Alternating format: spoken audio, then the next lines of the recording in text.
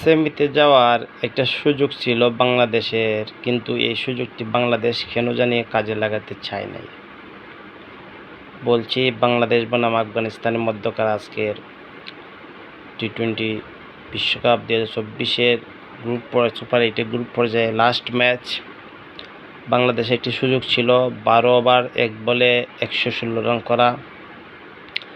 এখানে আসলে বাংলাদেশের ব্যাটসম্যানরা কেন জানি দায়িত্ব নিতে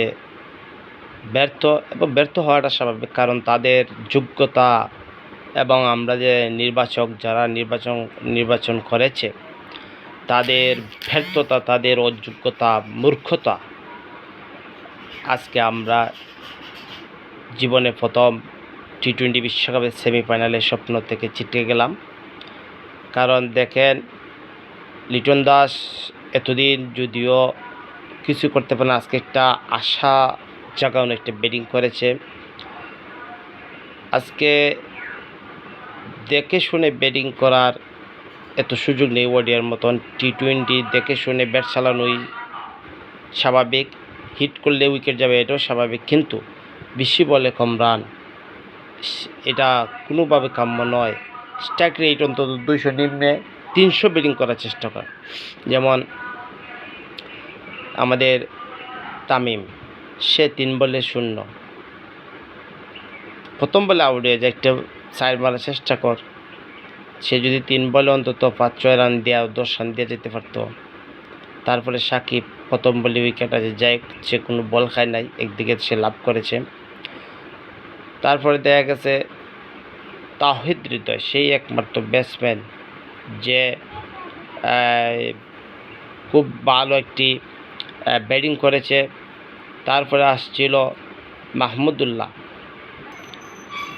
তার ব্যাটিং দেখে মনে হচ্ছে সে আসলে জয়ী হওয়ার জন্য আসে না, সে আসছে অস্ট্রেলিয়াকে সেমিফাইনালে খেলানোর জন্য। কারণ যেখানে আমাদের 4 ওভারে 53 রান প্রয়োজন, এখানে পরবর্তী 3 ওভার 1 বলে 43 রান প্রয়োজন। 4 ওভারে 53 রান যদি আমরা না নিতে পারি, 3 ওভার 1 বলে যদি 43 রান না নিতে পারি, তাহলে কি আমরা সেমিফাইনাল খেলার যোগ্যতা রাখি? রিশাদ হোসাইন প্রথম বলেই হিট, এটাই ঠিক। উইকেট গেছে, এটা স্বাভাবিক, উইকেট যাওয়াটা স্বাভাবিক, কিন্তু প্রথম বলতে হিট। কিন্তু মাহমুদুল্লাহ ব্যাটিংটা কেন জানি বাংলাদেশের দর্শকদের মনে খুবই আঘাত করেছে। কারণ যেখানে আমাদের 4 ওভারে 53 রান, 3 ওভার 1 বলে 43 রান প্রয়োজন, এই সময় ওডিআই খেলা কি প্রয়োজন? আমাদের তো এত দরকার নাই। আমাদের 12 ওভার 1 বলে ভিত্তিতে আমরা 116 করতে হবে। কেন জানি বাংলাদেশ ব্যাটসম্যানরা অস্ট্রেলিয়াকে খেলানোর জন্য খেলছে। দেখা যাক শেষে কী হয়, আমি আর খেলা দেখব না। কিন্তু এখানে এটাই বলবো যে বাংলাদেশের নির্বাচক, পিসিবি সব পাটপার। তারা নির্বাচন করতে পারে না, খেলোয়াড় বাছাই করতে পারে না। কি বলবো তাদেরকে, বাটপার ছাড়া। এত সুন্দর একটা সুযোগ, 116 রান 12 ওভারে 1 বলে নেওয়াটা কি স্বাভাবিক না? কেন 2013 অথবা 14-তে টি-20 বিশ্বকাপে নেদারল্যান্ডের প্রয়োজন ছিল কোয়ালিফাই করতে 13 ওভার 5 বলে 192, তারা 13 ওভার 2 বলে 196 রান করে কোয়ালিফাই করেছিল। আমরা তো সেটাও দেখেছি। নেদারল্যান্ড কি আমাদের চেয়ে শক্তিশালী? না, আমরা না, এইগুলো জেতার জন্য খেলি না, সব বললো বাটফারি করার জন্য আসছে। তারা যে খেলা দেখিয়েছে, এইগুলা যদিও বাংলাদেশের ব্যাটিং লাইনটা একবারেই খারাপ, আমাদের একটা ভরসা ছিল বোলিং লাইনটা, যতটা বলার আছে এরা আসলে ধন্যবাদ দেওয়ার লাগে। এই বিশ্বকাপটি তারা অসাধারণ খেলেছে, তাদেরকে ধন্যবাদ না দিলেই নয়। যেমন রিশাদ হোসেন বিশ্বকাপে একটা সেরা বলার হিসেবে সে আত্মপ্রকাশ করেছে। তারপরে এলো আমাদের বাকি মুস্তাফিজ, তাসকিন, সাকিব, যারাই বোলিং করেছে, তানজিম সাকিব, সে অসাধারণ বোলিং করেছে, তাদেরকে ধন্যবাদ দিতে হয়। আর ব্যাটসম্যান একমাত্র তাওহিদ হৃদয়, যাকে বাংলাদেশের সেরা খেলোয়াড় হিসেবে বলা যায়। তারপরে বাকি যারা আছে তাদের উপর কোনো ভরসা নেই, কেন জানে আছে টপ অর্ডার। লিটন দাস এতদিন পরে আজকে একটু মোটামুটি ভালো করেছে। শান্ত এত ম্যাচ খেলার পর একটি মাত্র ম্যাচ যে 41 রান করেছে, এইগুলো কেন আসছে? এগুলো ফাইজলামি করার জন্য আসছে। ওই যে বাংলাদেশে এরা বেতনে হলাম 9 লাখ, 8 লাখ, 7 লাখ, 5 লাখ, এরাকে ফাইজলামি করার লেগে বেতন দেওয়া হয়। এরা ফাইজলামি করার জন্য আসছে।